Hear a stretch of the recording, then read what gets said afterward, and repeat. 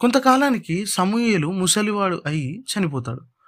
ఒకరోజు సౌలుతో యుద్ధం చేయడానికి శత్రువులు రాగా యెహోవా యందు ఏ విధముగా విచారం చేసినా సమాధానం రాకపోవడం వల్ల సౌలు కర్ణపిశాచి దగ్గరకు వెళ్ళి సమూయేలును రప్పించమనగా ఆ స్త్రీ సమూయేలును చూసి భయపడుతూ దేవతలను పోలిన ఒకడు వచ్చెను అని అంటుంది.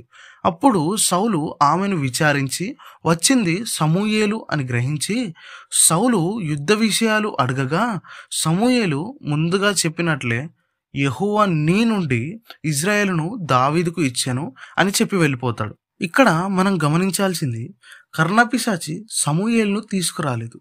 ఒకసారి 1 సమూయేలు 2వ అధ్యాయం 6వ వచనంలో జనులను సజీవులుగాను మృతులను గాను చేయువాడు యెహోవాయే, పాతాళమునకు పంపుచు అందులో నుండి రప్పించుచుండువాడు ఆయనే